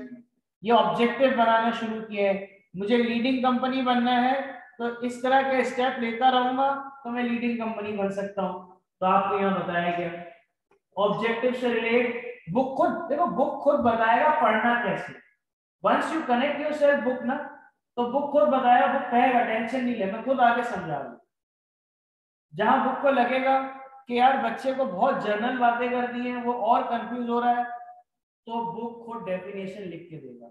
जैसे मिशन में बच्चा बहुत कंफ्यूज हो जाता है अगर इतनी जनरल बातें बताई जाती, तो बच्चे को 2 लाइन के अंदर पहले मिशन के बारे में बताया। अब बुक को लगा कि हाँ ये 2 लाइनें बता के ना अब बच्चा इस डायरेक्शन से कोई और नहीं सोचेगा। अगर वही 2 लाइनों को आखिरी पैराग्राफ में रखता और पहले ये सारी कहानियां करता तो बच्चे की डायरेक्शन ये ना होती, बच्चे की डायरेक्शन ये होती और फिर आखिर में वो डायरेक्शन ये जाती तो बच्चा बोलता फिर इतनी सारी बातें की क्यों, बुक पढ़ने का तो फायदा ही नहीं है। तो बुक मैंने कुछ ज्यादा ही बुक पढ़ी है, अल्लाह माफ करे, बहुत पढ़ी तो मुझे काफी आइडिया हो गया कि यार किस तरह बुक लिखी जा रही है, किस तरह बुक लिखी है, तो इसलिए मैं आपको ज्यादा बेहतर बता सकता हूँ। और इंशाल्लाह अभी 1-2 और बैचेस बने तो मैं हाफिज से पीआरसी फाइल मिलाऊंगा। हाँ फिर मैं यहाँ सुनाऊंगा या खड़े हो गया। तो यहाँ आपके पास है, अब वो डिसाइड, अब देखो सबसे पहली बात, अब यहाँ एक बच्चा जब बुक पढ़ता है तो बच्चे भाई बना कौन रहा है, ये हमारे लिए बनाएगा कौन, ऑब्जेक्टिव कौन बनाएगा, गोल्स कौन बनाएगा, मिशन कौन बनाएगा, खुद बनाएंगे। आपकी चीज के लिए आप ही सब बनाएंगे। हाँ सब आप नहीं बना सकते तो आप किसी को बताएंगे कि ऐसे बना दो। समझ आ रही बात? तो आपको पहले क्या, when an entity state its mission in a mission statement, the statement is issued by the leaders of the entity for a company. This is a board of director. अब बताया लीडर कौन, लीडर तो बहुत से होते हैं लेकिन फिर डेजिग्नेशन बताया कि डिपार्टमेंट का लीडर नहीं, लोगों का लीडर नहीं, ऑर्गेनाइजेशन का एक डायरेक्टर का बोर्ड है, उसे हम लीडर कहते हैं क्योंकि they are the captain of the ship. आगे बढ़ते हैं बेटा। फिर how to set effective goals, किस तरह इफेक्टिव गोल सेट किए जा सकते हैं भाई। अब मिसाल के तौर पे आपका गोल है, आपने अगर गोल ऐसे नहीं बनाए जिसको, जैसे मिसाल के तौर पे हमारा गोल है कि हमने पढ़ना है, अब आप सुबह से आए हो, अब रात में पढ़ाई नहीं हो सकती, आप लोगों ने कहा जल्दी सो जाते हैं, तो अब कोई ऐसा गोल आप लोगों को प्रोवाइड करना जिससे आपकी एफिशिएंसी वीक हो जाए, तो वो गोल प्रोवाइड करने वाले के लिए भी क्या है, गलती है कि मैं अब आपसे उस टाइम पे चीज एक्सपेक्ट कर रहा हूं जिसमें आपकी एफिशिएंसी लो है, नहीं है, सो गए, या है तो आप एंजॉय कर रहे हैं, आप रिलैक्स कर रहे हैं खुद को। फिर इसके बाद आपके जो काम है वो आपको मोटिवेट करना चाहिए। जब जब आपने सुना होगा हर मोटिवेशनल स्पीकर ये बोलता है कि भाई to start your day with make your bed की टर्म यूज, अपने बेड को सेट करो, ठीक है ना, जहां सोए हो उसको अच्छे तरीके से प्रॉपर्ली समेट के आप, क्यों, उसके पीछे है अचीवमेंट। जब आप चीज अचीव करते हो तो माइंडसेट आपका बनता है यार आपने उठते के साथ कुछ अचीव कर लिया। समझ आ रही बात कि नहीं आ रही? वो कहते हैं ना make your bed, make your bed का मतलब ये होता है जिस जगह सोए हैं वो साफ करके अच्छे तरीके से, आप क्या, जिस हालत में जब आप नहीं सोए थे कहते तो बाबा बेड था, अब आप सो के गंदा कर दिया, अब आप उसको वापस साफ करो अच्छे तरीके से, तो ये अचीवमेंट है। Start your day with the achievement, तो आपको होगा फिर दिन मोटिवेटेड ज्यादा। आपने बोला पहला हफ्ते के साथ टास्क कर लिया भाई मैंने अचीव कर लिया, फिर दूसरा टास्क ये कर लिया, तीसरा टास्क ये कर लिया, चौथा टास्क ये कर लिया, नमाज पढ़ ली, कुरान पढ़ लिया, जॉगिंग कर ली, ठीक है ना। तो इस तरह से अगर मैं अपनी बात करूं, पिछले 1-1.5 महीने से इस जगह पे पुरानी चोट का दर्द ज्यादा था तो रनिंग वगैरह नहीं कर पाए, कल हम गए थे तो पहले 1.5 महीने पहले ये हाल था कि मैं दिन में जितनी भी एक्सरसाइज कर लूं लेकिन अगर 6 to 7 किलोमीटर रनिंग ना करूं तो मुझे लगता नहीं था मैंने कोई फिजिकल एक्टिविटी की, तो मेरे लिए इतना नीड में बन गया था। तो एक इनकम्प्लीट सी अचीवमेंट लगती थी कि मुझे 1-1.5 घंटा जिम में फजूल लगता था अगर मैं कंपेयर करूं इस पर्टिकुलर रनिंग। तो आपका एक अपना हिसाब होगा, ऑर्गेनाइजेशन का अपना अलग हिसाब, तो ये सारी की सारी चीजें। अब आपने ये देखना है कि भाई गोल सेट करते हुए प्रॉब्लम भी तो आ सकती है, उसके लिए आपने ये वाली चीज रखनी है, क्योंकि हर चीज में फायदा नहीं होगा, नुकसान भी है, बनाते हुए भी नुकसान है, काम करते हुए भी नुकसान है, तो चीजों में फर्क आ जाता है। अब ऐसा है कि हमने वो मेजर पोर्शन कंप्लीट कर लिया है जो कि हमें कंप्लीट करना चाहिए था, फिर आपके पास बुक ने क्या करा है, हाँ अब हमारे पास एक पोर्शन बच गया फैक्टर ऑफ प्रोडक्शन का, यानी कि हमने 4 चीजों में से 3 चीजें पढ़ ली ऑर्गेनाइजेशन क्या है, विजन, विजन ये टर्मिनोलॉजी पढ़ ली और स्टेक होल्डर कंप्लीट कर लिया। अब हमारा क्या बच गया, फैक्टर ऑफ प्रोडक्शन। इसका मतलब कल का जो हमारा गोल होगा वो फैक्टर ऑफ प्रोडक्शन होगा। कल आप सब बच्चे कब आओगे, कितने बजे आओगे मेरे बच्चे? टाइम टेबल, लेकिन फिर भी मोस्टली 2 से 9। तो आप लोग सुबह के 8 बजे चैप्टर नंबर 1 को अच्छे तरीके से रीड करना और एक एक सवाल लिखना है। क्यों लिखना है पता है? क्योंकि जब आप एक एक सवाल लिख के मुझे दोगे, मैं उसको रिकॉर्ड करके आपको दूंगा, लाइव भी जवाब दूंगा लेकिन उसको रिकॉर्ड भी करूंगा, क्योंकि जितने सवाल मुझे मिलेंगे उसे रिकॉर्ड करके दूंगा। कल आपने वापस वो चैप्टर पढ़ा 10 दिन के बाद और आप वही सवाल पे आ गए तो वापस मुझसे पूछ के टाइम जाया करोगे, आपका रिकॉर्डेड होगा। तो आपके पास अपनी क्यूरी के जो आंसर्स होंगे उसकी खुद रिकॉर्डिंग मौजूद है। तो आपको, क्योंकि बच्चा सवाल पूछते हुए ईगो पे आ जाएगा, यार वापस पूछूंगा पता है टीचर बेइज्जती ना कर दे। क्यों करेगा? पहली बात, इसी काम के तो पैसे ले रहा है ना। और चलो अगर आपको इतना वो भी होता है तो कोई बात नहीं बेटा, आपकी सेल्फ रिस्पेक्ट ज्यादा इंपॉर्टेंट रखती है हमारे लिए, तो रिकॉर्डेड दे दिया। अब आप आराम से क्या कर सकते हैं, तो आपने जितने भी सवाल होंगे मुझे लिख के दोगे ना। अब मिसाल के तौर पे सबका एक ही सवाल है, सर पब्लिक लिमिटेड क्या होता है? अब सबको अलग अलग जवाब देने से बेहतर है एक ही कंसाइज। अब मुझे पता चल गया कि भाई इस सवाल की इंपॉर्टेंस सबसे ज्यादा है, अब इसको समझाना भी डिटेल। अब मैं उस क्लास में तो नहीं समझा सकता क्योंकि मुझे टॉपिक भी पढ़ाना है, मुझे क्वेश्चन भी कराना है। वीडियो में क्या कर दिया बेटा, ये 4 मिनट 5 मिनट की वीडियो है ही लिमिटेड लाइब्रेरी पे, पब्लिक लिमिटेड पे, इसे सुन लो। क्लास में 5-10 मिनट जाया कर लिए, हो सकता है क्वेश्चन पे क्वेश्चन निकले, लेकिन वहां पर आप एक बार हाँ फिर क्वेश्चन है फिर पूछ लिया, वो एक अलग बात। तो सवाल पूछने के लिए आपको पता होना चाहिए कि आपको पूछना क्या है, क्योंकि बाज लोग इसलिए सवाल पूछ रहे होते हैं उनको कुछ भी नहीं पता होता। तो जो कुछ भी नहीं पता होते वाले सवाल है ना, वो फिर दोनों को तपाते हैं, बोलते यार तूने कुछ पढ़ा ही नहीं और सवाल पूछ रहे। एटलीस्ट पढ़ के तो आके पूछते तो बात समझ आती। तो सवाल से पता चल जाता है ना कि बंदे ने पढ़ा है कि नहीं पढ़ा, ठीक है ना। तो मेरे ख्याल से आगे थोड़ा सा एक ओवरव्यू दे देता हूँ मैं आपको थोड़ा सा, या आपके कोई आज की क्लास से रिलेटेड सवाल तो मुझसे पूछ लें, या कल की क्लास से रिलेटेड सवाल तो कोई पूछ लें। ऑनलाइन में जितने बच्चे हैं मेरे,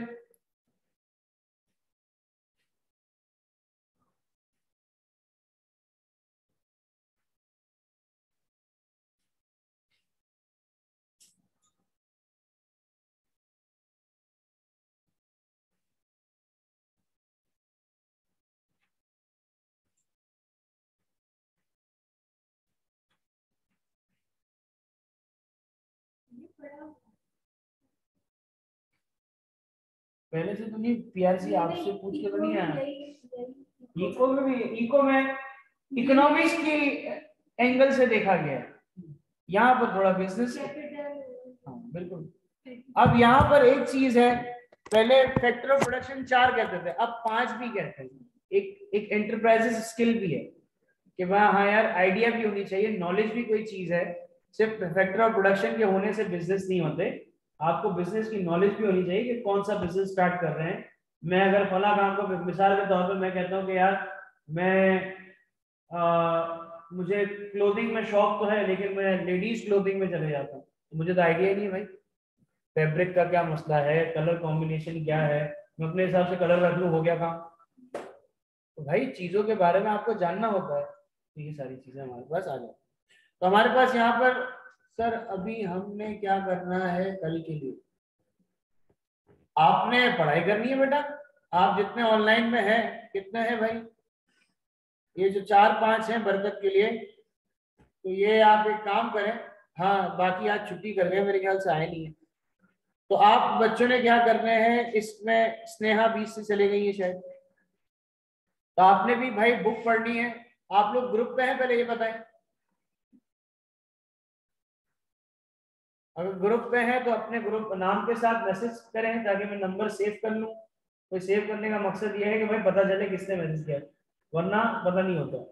तो ग्रुप पे अगर है तो आप नाम के साथ मैसेज कर लें ताकि सेव हो जाए और सबमिट करा दीजिएगा वहाँ समरी। फिर मैं एक समरी आपको सबमिट करूंगा ताकि आपको आइडिया हो कि मेरी और आपकी समरी में क्या फर्क है और आपको काम कैसे करना है, मैं भी प्रोवाइड करूँ। ठीक है भाई, तो मैं आपको पहले थोड़ा सा ऑफ दे रहा हूँ क्योंकि अभी आपकी जो क्लास है वो 9 बजे तक चलेगी। ठीक है, वैसे ही जिंदा लाशें दिख रहे हो मुझे, आनंद भाई सारे के सारे। बस तो बस जाओ ना, हो गया। चले जी, अपना ख्याल रखें। हम कैसे लिखेंगे?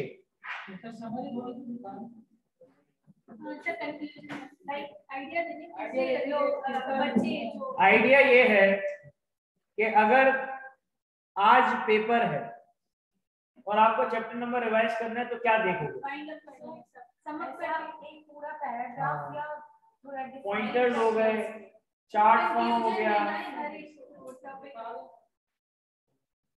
यार दिखा कैसे, मिसाल के तौर पे 1 मिनट दिखा, बैठ जा थोड़ा सा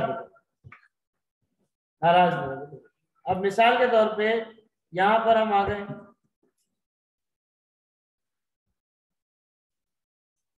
अब देखो स्टेक होल्डर पे ये पैराग्राफ है।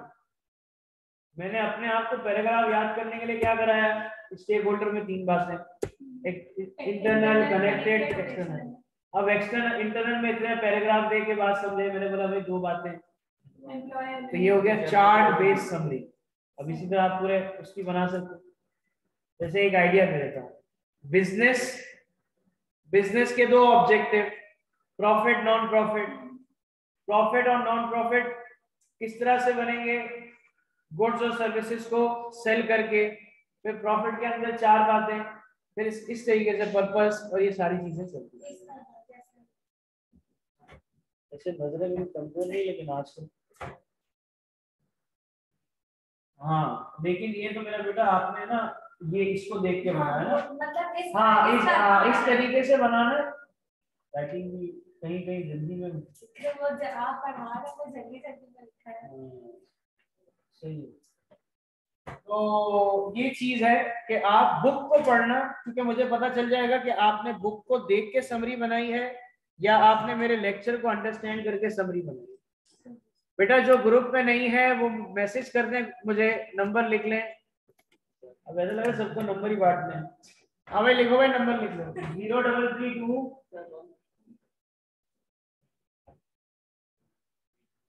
3928 090।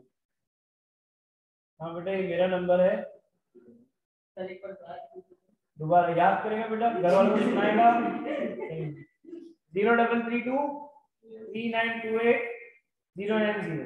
ठीक है जी,